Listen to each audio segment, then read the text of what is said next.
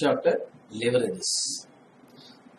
Before going to introduction, let us start our discussion with the common statement or one of the financial statement prepared by the most of the business entities, that is income statement. So first we must study the income statement and the various components included in the income statement. After analyzing the various components and the interrelationship between those components, we link this concept leverages with the income statement. So let us start. So income statement starts with revenue, that is revenue generated from the sale of various goods and services. This is inflow to the business entity. From that, the variable cost or direct cost, if you deduct, the resultant surplus was known as contribution. From this, fixed costs related to the business should be deducted. Then you have EBIT, operating profit before depreciation and taxes. Since this is called as EBITDA, so from this, if you deduct the depreciation, so you would get the EBIT.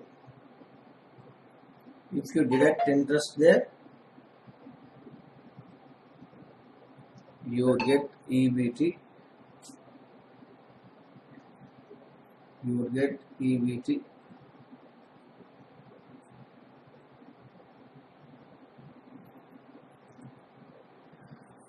If you deduct tax from here,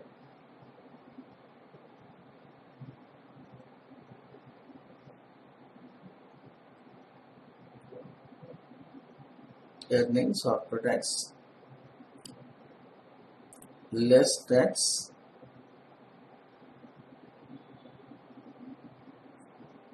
less preference dividend,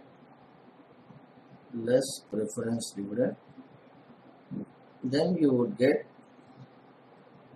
the earnings available to equity shareholders. When you divide this profit, if any, with the number of shares, finally you would get profit per share. Now the issue is, a business is funded by several sources. Ultimate risk has to be borne by the shareholders. You can fund your business by debt, equity, preference, or any other source. Out of the surplus generated from the business, first payment goes to lenders, second payment goes to government, and third payment goes to preference shareholders. After that, if there is any surplus, the surplus goes to equity shareholders. When you divided this with number of shares, then you will get the earning per share. Here, the issue is, this EPS depends on your operating profit. How much surplus profit is available as on today to distribute to fulfill the requirements of various stakeholders, lenders, government, preference shareholders, and eventually equity shareholders. Then, how much surplus you are going to earn, that in turn depends on your sales. So from the sales, when you deduct direct and indirect expenses, you will get the operating profit. From that, if you make the various capital payments, capital distributions, that is dividends, taxes, interest, etc., this resultant surplus goes to equity shareholders.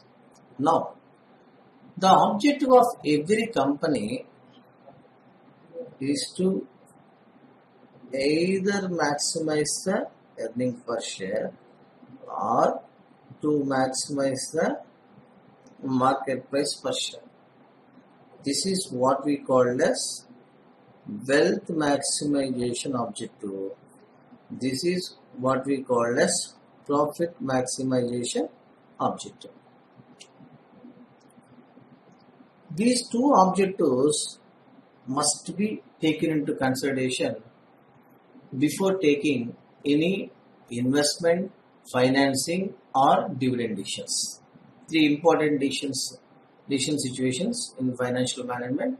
Whenever you take dividend, investment or financing decision, you must either maximize the earning per share or you must maximize the market price per share. So these two components are essential as far as the shareholders are concerned. Then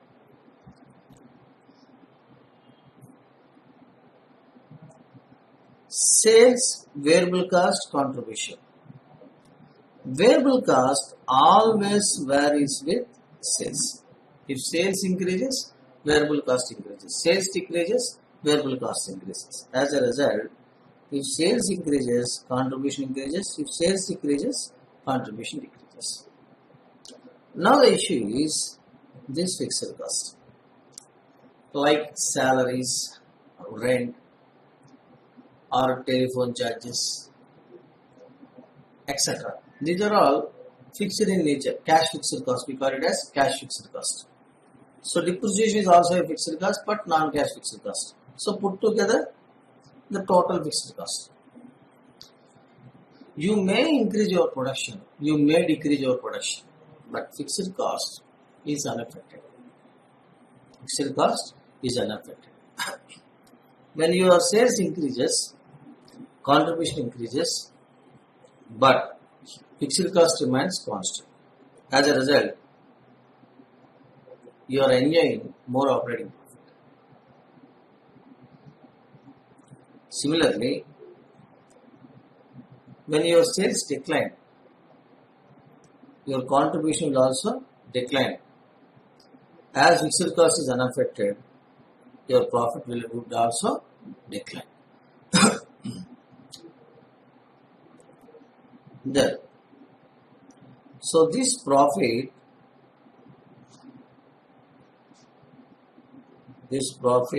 what we have mentioned here, is affected by increase or decrease in our revenue. So this is point 1. Point 2. Out of this, you are paying interest, tax, preference dividend. Finally, the surplus profit goes to equity shareholders. When it is divided with number of shares, finally you are arriving earning per share. This earning per share in turns depends on your EBIT. If your EBIT increases, your EPS increases. Your EBIT decreases, your EPS decreases. Like that, there is an interlink between EBIT and EPS. Sales to EBIT, this is direct relation. EBIT EPS, this is direct relation. But similarly, indirectly, your sales influences your EPS. Now, if sales increase or decrease, then what would be the impact of sales on our operating profit? Whether it is increases or decreases. You must study this. Secondly, when your profit increases or decreases, what would be the impact on your EPS? This must be studied. This is second relation. Finally, we must study the influence of sales on the EPS. Any increase or decrease in sales, is it result in any increase or decrease in EPS? This must be studied. That means you want to study interrelationship between two or more financial items. financial items. Let us say if sales increases by 10%, then what would be the percentage change in EBIT? Similarly, if EBIT expected to increase by 20%, then what would be the expected increase or decrease in EPS? Similarly, if sales increases by 10%, what would be the corresponding increase or decrease in EPS? Like that, we have to see the interlink between various financial components for better financial planning. Why we have to study these interrelationships? Let us assume. So you have last year data. This is historical one. So every company based on the previous year data makes estimate for the next year. Makes estimate to the next year. That case, so last year sales you have, last year EBIT you have, last year EPS you have. Then every time if sales increases by or decreases by, then when you make forecast, you have to estimate the corresponding increase or decrease in sales. From that, the corresponding increase or decrease in variable cost. Then fixed cost. Every components should be adjusted. Then eventually you have to prepare the estimated P&L account. On that you have estimated EPS. From starting to ending, when you are preparing the income statement, the more time will be consumed. Top management is not in a position to invest that much time in the analysis. That's why they simply ask you, yes, you have the last year data, na? Then if our sales in the next year increases by 20%, then what could be our EBIT? If sales in the next year increases by 20%, what would be the EPS? Like that, the top management seeks information from you. As a finance manager, you must elaborate and give clear calculations. So how any change in one component will influence the other component. In that case, we must study interrelationship between sales and EBIT, EBIT and EPS, sales and EPS. That interrelationship can be studied with a concept called leverages. Next one, starting with leverages. See, to know the interrelationship between sales and EBIT and EBIT EPS, we should establish relationship between sales and EBIT, EBIT and EPS, and finally sales and EPS. To establish these relations and to know change in one variable, how will affect the another variable, will be studied with the help of leverages. Leverages are nothing but a relationship between a leverage indicates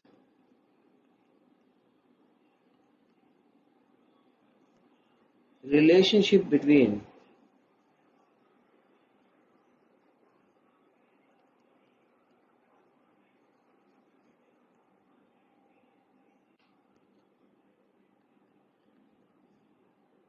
financial items. A leverage indicates relationship between financial items.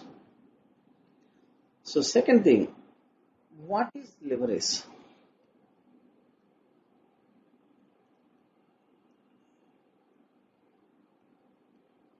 Two-way interpretation can be given. So one way, it is taken as advantage. In another way, it is taken as risk. So this analysis can be interpreted as favorable income or favorable outcome in one case, can be interpreted as risk in another case. I will elaborate this. Wait a minute.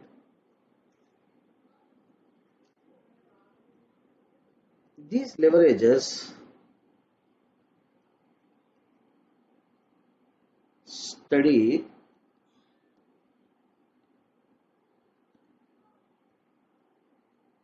interrelationship between two financial items. Suppose if you want to study the interrelationship between EBIT sales and EBIT, there is a leverage called operating leverage. There is a leverage called operating leverage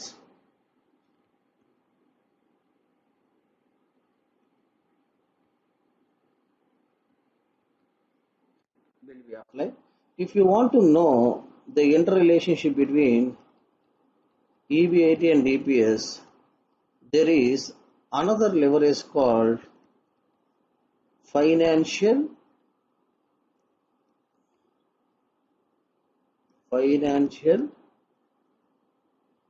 leverage is applied.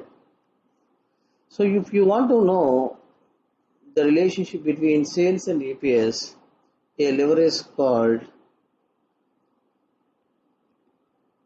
combined leverage is applied or adopted. So then here leverage can be interpreted in two ways: advantage or gain. In another way, risk. Let us assume if sales increase by say 10%, of course there may be some increase in EBIT. If sales increases by X percentage, there would be corresponding increase in EBIT. That case, sales increases, profit increases, it is an advantage. When you increase your volume, when you increase your sales, when you increase your revenue in terms of rupees, that would provide you some profit. You are gaining that case. See, if sales falls by say X percent, your profit might be affected. That case, we call it as risk.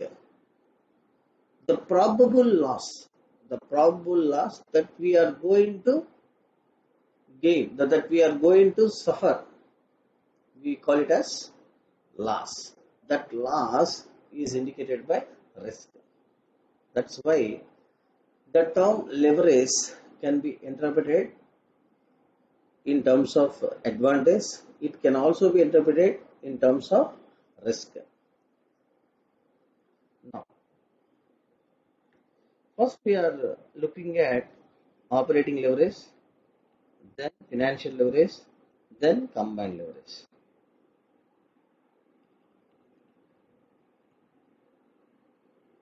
Operating leverage.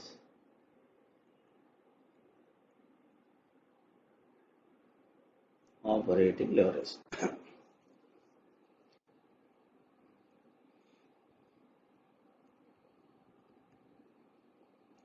It helps to know the relationship between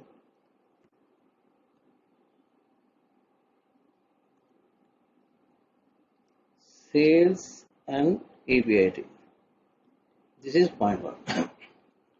Point 2. It is a measure of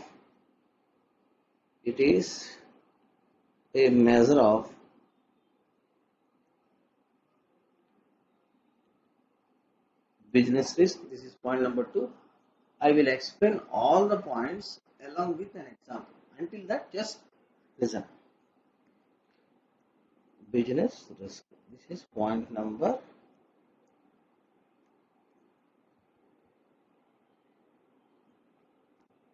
2. Point number 3.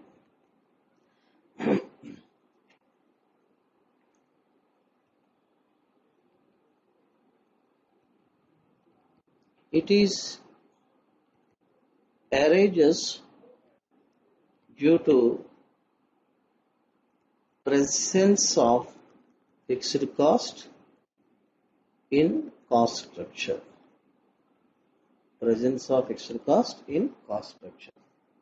That.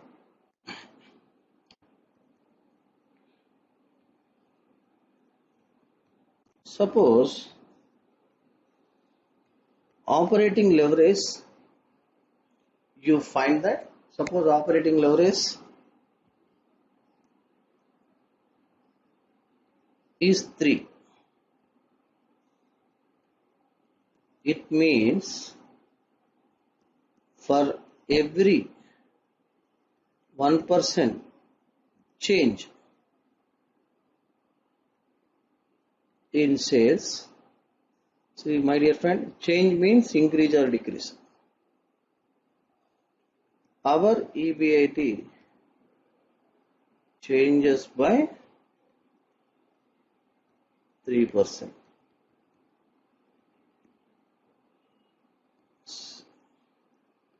Sales 1% up, EBIT 3% up. Sales 1% down, EBIT 3% down. If you know operating leverage, change in sales, change in EBIT, how many variables are there? 3 variables are there.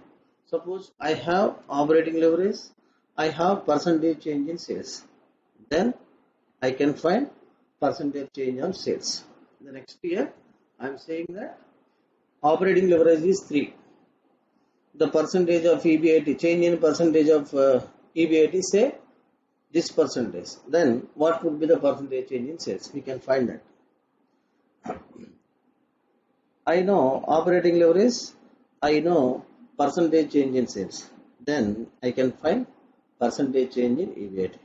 I know percentage change in EBIT, percentage change in sales. I can find operating leverage. Out of 3, if you had information for any of the 2 variables, then third variable can be ascertained very easily. Now, consider this example.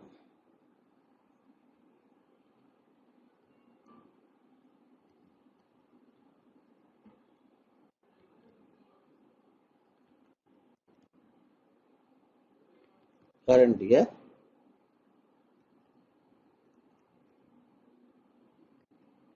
next year data. Right now, we are selling 10,000 units at the rate 10 each, 1 lakh. I am anticipating that in the next year, this revenue may go up by 10% or go down by 10%. Sorry, go up by 20% or go down by 20%. These are only scenarios because we are making estimate. Anything can happen. That's why next year's sales may go up by 20% from the current level or 20% down from the current level. So these two are merely an estimate. That case, our total revenue 1,20,000, 80,000. Variable cost, this is actual. We know that because it's an historical information. 50,000. Now you are getting a contribution of 50,000 plus fixed cost 25,000. So what is our EBIT? 25,000. Now you are earning a profit of 25,000 out of 1 lakh revenue. In next year, I have given entire data. So what is the relationship between sales and EBIT? 1 lakh sales, 25,000 EBIT. Now, this is historical information. This one. What is the percentage of variable cost on sales? 50%. You know that the percentage of variable cost on fixed cost is always fixed. 60,000. Sales increases, variable cost increases. Sales decreases, variable cost decreases.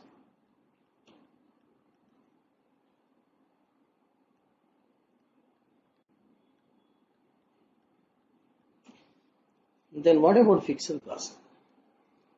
Fixed cost is incurred irrespective of level of activity.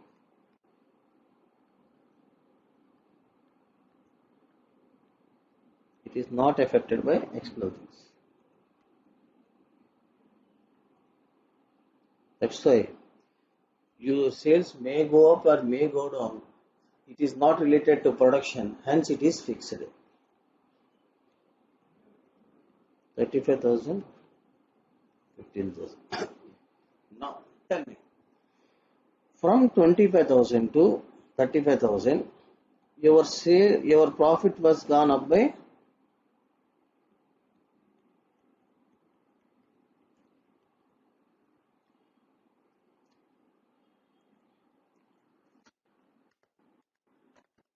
40%.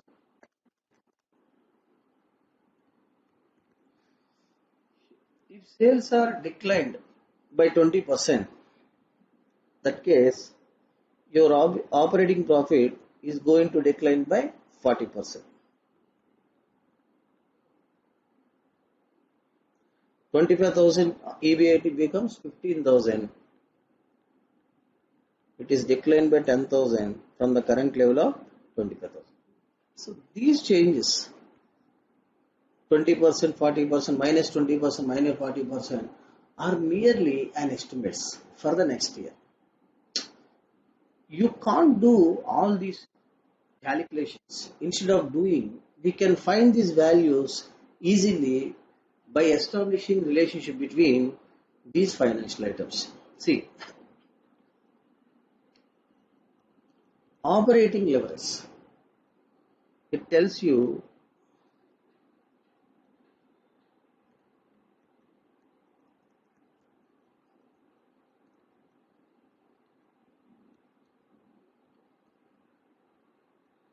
change in sales. So 40% is the change in EBIT for 20% change in sales. It means 2 times. It is 2 times. 1% change in sales leads to 2% change in EBIT, or contribution by EBIT. Now tell me, what is our current contribution? 50,000. What is your current EBIT? 2 times. Let us assume I have current year contribution, I have current year EBIT, and I have operating leverage.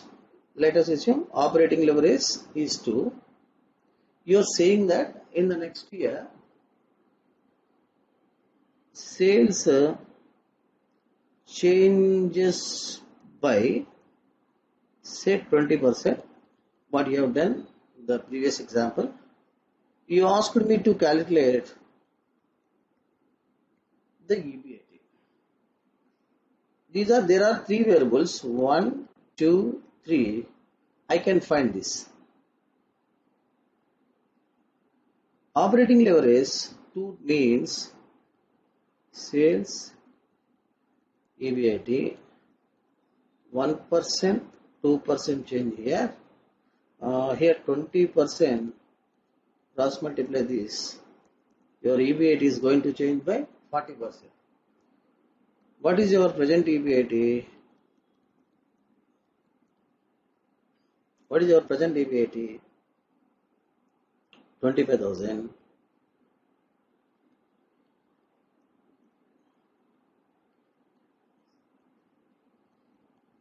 Operating leverage tells you that if next year, if sales were increased by 20%, your EBIT definitely will increase by 40%. So, present EBIT 25,000, just add 40% to this.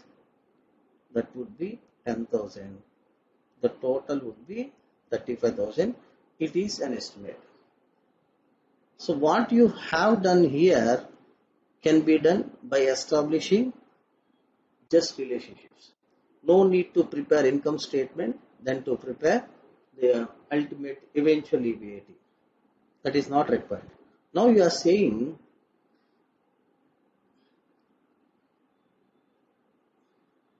changes by means say increases by or decreases by. If your sales down by expected to fall by 20%, then what would be the revised EBIT? So take the present EBIT. So 1%, 2%. If sales down by 20%, the profit will down by 40%. So less 10,000. 15,000 is your revised profit. It's the easiest way to find the effect of one variable on another variable. Now the question is, here sales increases by 20%, the profit increases by 40%. Why there is disproportionate change? That is the point we are going to discuss. So in the theory, I have given 4 points. It helps to know the relationship between sales and EBIT. Yes, operating leverage is equal to 2 means for every 1% change in sales, EBIT changes by 2%. It is a measure of business risk. Yes, see, sales are external thing. It is not under our control. It depends on external environment. If you have large number of competitors, your market share come down, your revenue will come down. If you have limited competitors, your market share go up and your sales go up. So what is the main thing here? Your revenue is influenced by external things, not internal things. So if suddenly a competitor has entered into the market, so he will take some market share from the existing players. That case, your market share will be affected, your revenue will be affected, your profitability will be affected. An entry of a strong competitor into the market so might have a significant impact on your revenue as well as profitability. That thing, emerging of a new competitor, introduction of new products by competitors, etc. Those are external things. Those external streams will influence your revenue as well as profit. That influence what we call as business risk. So see, your sales are up by 20%. That is not a case. When your sales down by 20%, your profit will be going to fall by 40%. The chance of fall in sales is what we call as business risk. So inherent to every business. Emerging of a competitor, increasing excess duty, something by the company, substituted products, etc. So those all will affect your revenue. So those things are taken as business risk. Business risk means risk which is commencing from which is arising from external factors might have negative impact on the company's profitability. So this is point number 2. Operating leverage is a measure of business risk. Operating leverage is always greater than 1. So it is arises due to the presence of fixed costs in the capital cost structure. So this is what I am going to give. See, my dear friends, fixed cost is not increases by revenue and production. Your revenue may go up and may go down, but your fixed cost structure remains the same. That case, as the fixed cost remains the same, any increase in contribution directly converted as EBIT. See, my dear friends, here 50,000 contribution has increased to 60,000. So contribution increases by 10,000. What is the change in EBIT here? 25,000 becomes 35,000. that 10,000 additional EBIT comes from additional contribution. That's why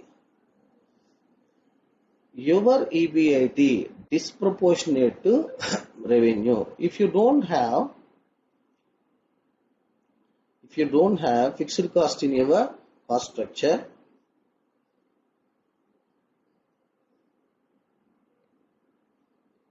this is your EBIT, this is your EBIT. Contribution by EBIT, 50,000 by 50,000, 1. 60,000 by 60,000, 1.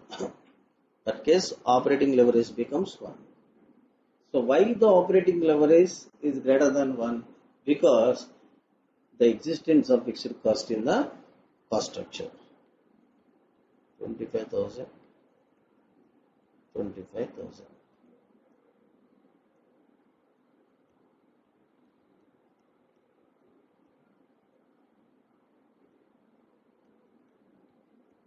So this is about point number 3.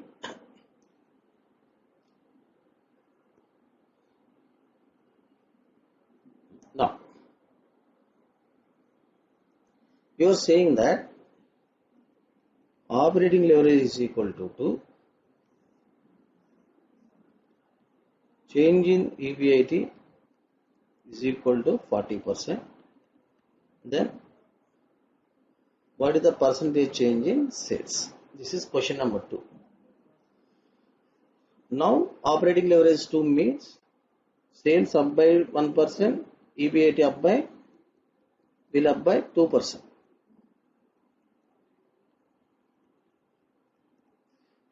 In the next year, what is your expected change in EBIT? You want to increase your EBIT by 40%. So if I want to increase my profitability by 40%, how much increase in the revenue is needed? That's what we have to find. For 1% change in revenue, EBIT changes by 2%. If you want to change your EBIT by 40%, you need 40 by 2, that is 20%. You are saying that if sales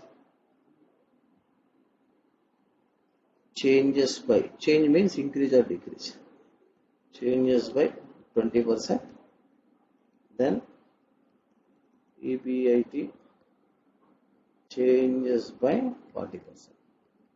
So now you have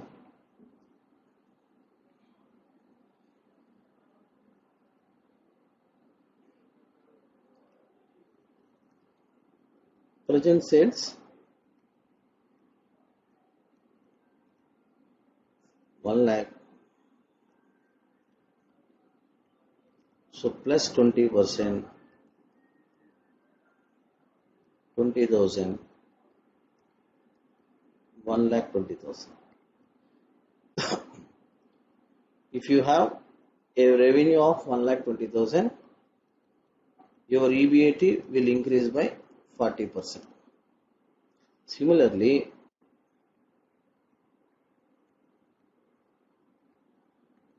if your sales were down by 20% from the present level, your EBIT is expected to down by 40%.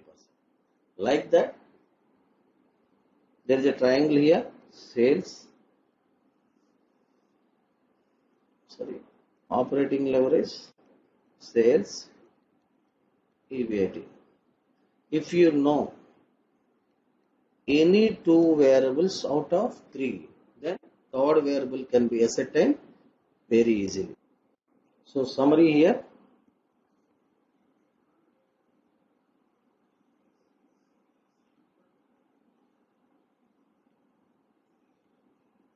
change in sales is not equal to change in EBIT.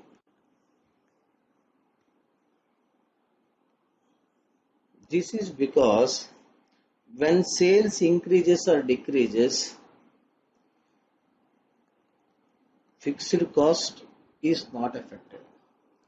See, in our cost structure, there are 2 cost components, variable and fixed cost. This variable cost always changes according to the sales. So it impliedly means it always varying with your production. If production increases, then only we can improve our sales. According to sales requirement, we are doing our production. So this variable cost always varies with production. Whereas this fixed cost is not affected by level of production. Because of this reason, the change in sales is not equal to change in EBIT. In other words, change in sales is always less than change in EBIT. This 20%, this 40%. If sales increase by 20%, it is up by 40%. If sales down by 20%, it is down by 40%. That's why when sales increases, your EBIT disproportionately increases by more than 20%. That case, it is advantage. Leverage is advantage. When you are having fixed cost in your capital structure, this is very beneficial because sales increases, your contribution increases, fixed cost is not increases. So the entire change in contribution goes to you. As a owner, you are earning more profit. That case, this case, when your sales go down, your contribution come down. When your contribution come down, you have to pay the same fixed cost. That case, the profit available to you gets down. That case, this is interpreted as risk. In one case, you can take it as advantage. When you have more at sales, the cost structure, fixed cost in your cost structure is 100% advantageous to you. When your sales falls, contribution falls. As fixed cost is unaffected, you have to bear significant fixed cost out of your contribution. In that case, your profit goes down. This is why leverage, one interpretation advantage, another interpretation risk. This is indicated by this chapter. How much risk we have to face, how much gain we are going to expose. So these two variables are studied with the help of concept called leverages. This was done. Change in sales is not equal to change in EBIT. This is first part. Yeah. Second part.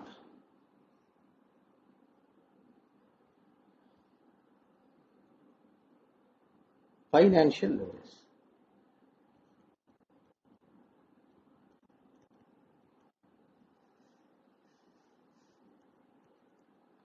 Financial leverage. First, explain you. It helps to study the relationship between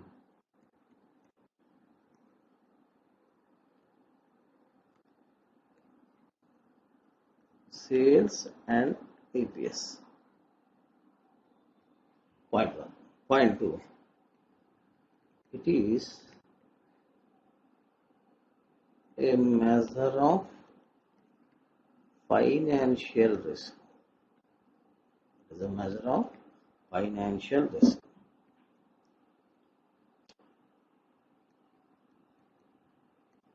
It is arises due to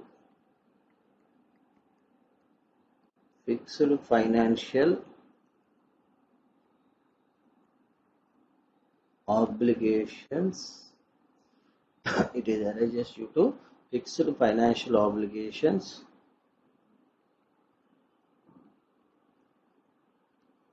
carried on by the business entity.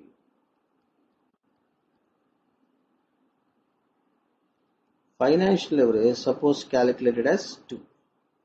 Suppose calculated as 2. It implies for every 1% change in EBIT,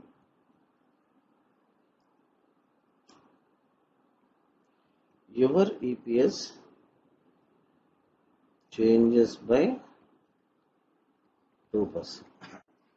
Your EPS is going to be changed by 2%. So 1, 2, 3, 4. If these 4 points will be explained with this example, I will continue the previous example. Tell me what is EBIT here. In present case, we have 25,000. When sales up by 20%, it would become 35,000.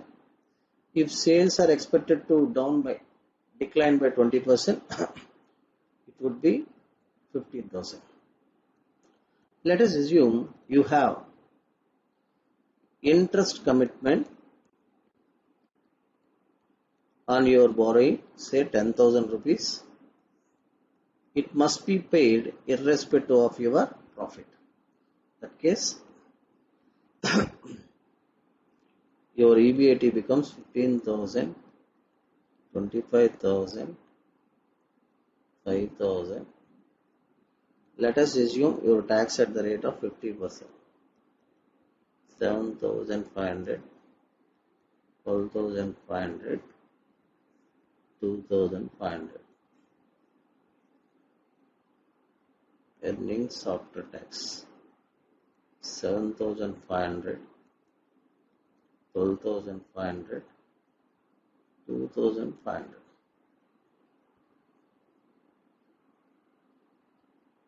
So financial leverage studies the interrelationship between EBIT and EPS. So it's a measure of financial risk. It arises due to the fixed financial commitments carried on by the business entity.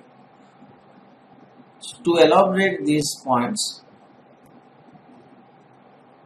you can see this illustration, which is the extension of the original illustration. So the company had an operating profit of 25,000 right now. If sales gone up by 20% or go down by 20%, the EBIT would be 35,000 and 15,000 respectively. So from that, interest was deducted. So you have taxable income 15,000, 25,000 and 5,000.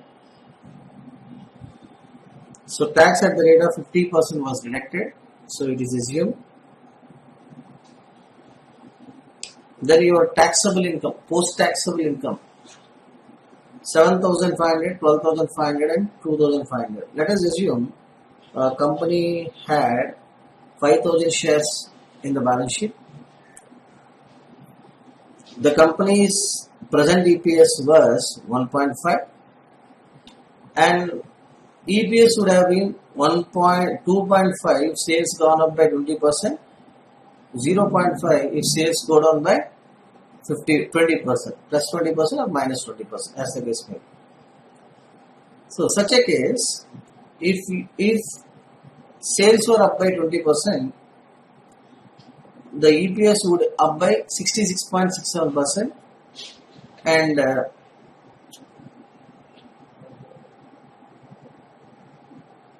EPS would down by 66.67%.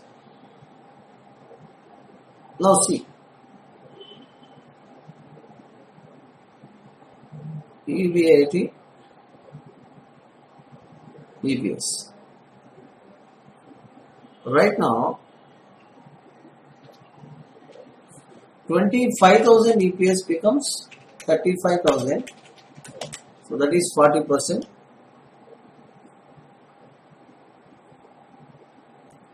40% change in EBIT leads to 66.67% change in EPS. In other words, 1% change in EPS leads to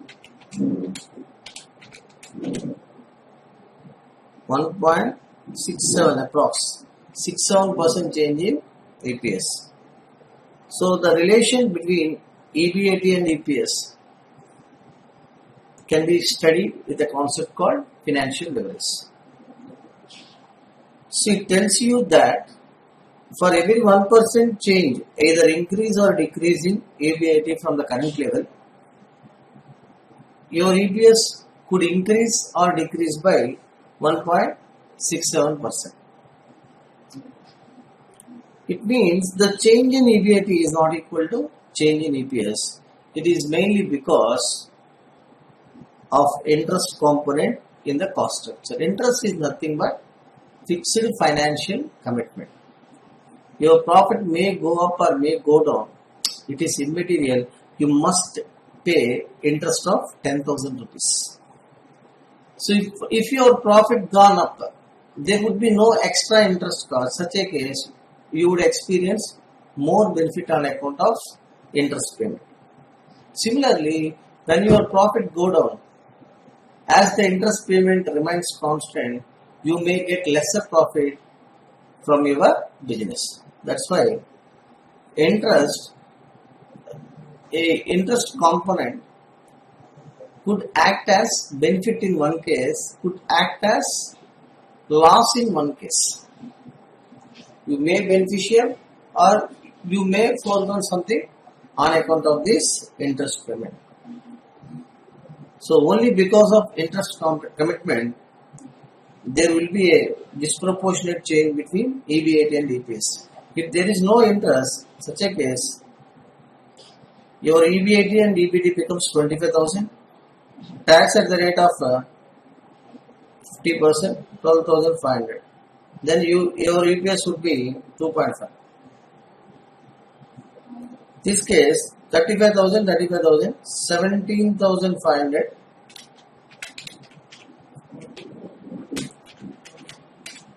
3.5. Like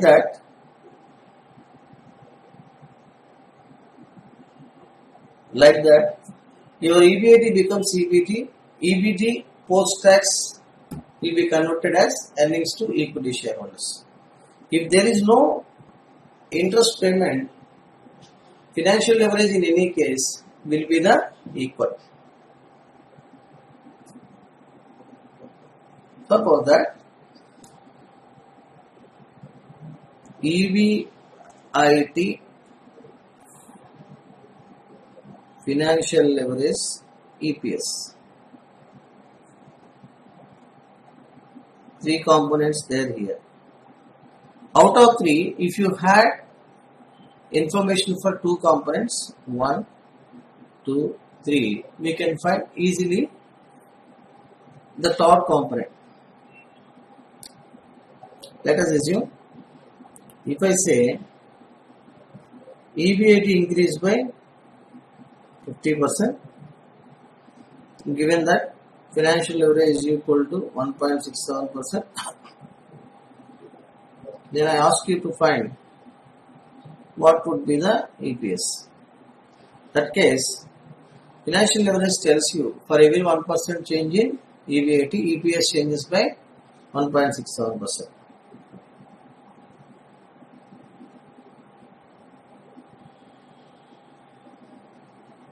%, for 50%,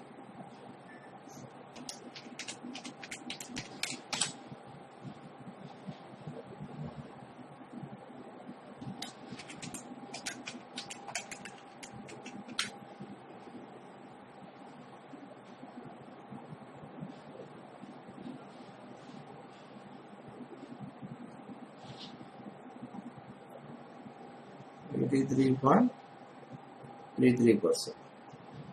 So what is the present EPS?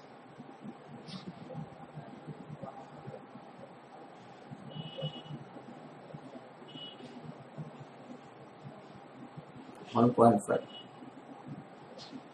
So 1.5 plus 83.33,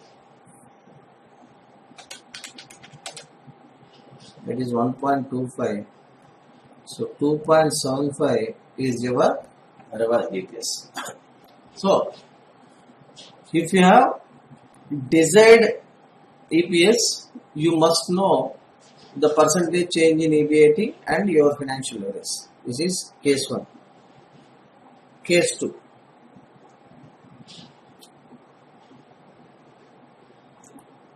I want to get EPS of 3 and the financial leverage is equal to 2. If I ask you to find the expected EBIT to get EPS of 3. Then financial leverage tells you the interrelationship between sales and EPS. For 1% change in EBIT, EPS changes by 2%. Right now, you had a EPS of 1.5. Right now, you had a EPS of 1.5. See, these are different cases. Let us assume existing EPS is equal to 1.5. Case to case, the information may vary. So 1.5% EPS should become 3. You want to double the EPS. So what is the change in EPS here? 100%. 3 desired EPS 3, present EPS 1.5 divided by 1.5 into 100%. Therefore,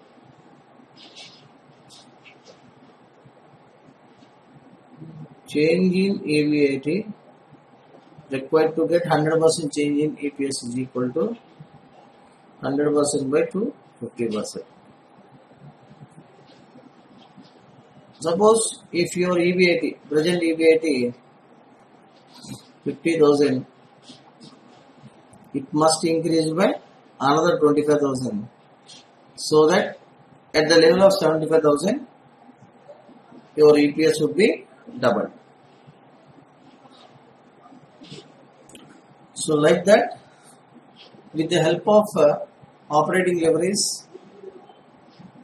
and with the help of EBIT, we can find EPS. With the help of operating leverage, with the help of EPS, we can find EBIT and so on. So operating leverage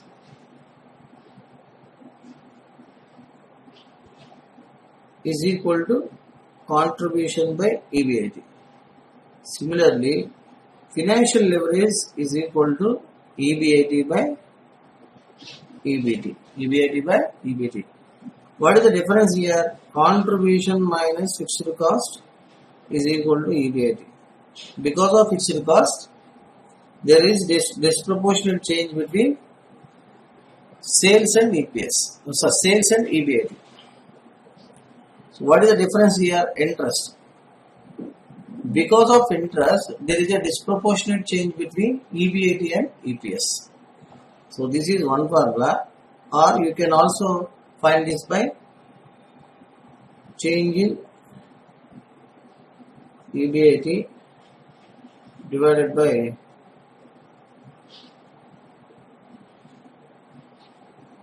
change in sales, or change in EPS, EBT, PAT by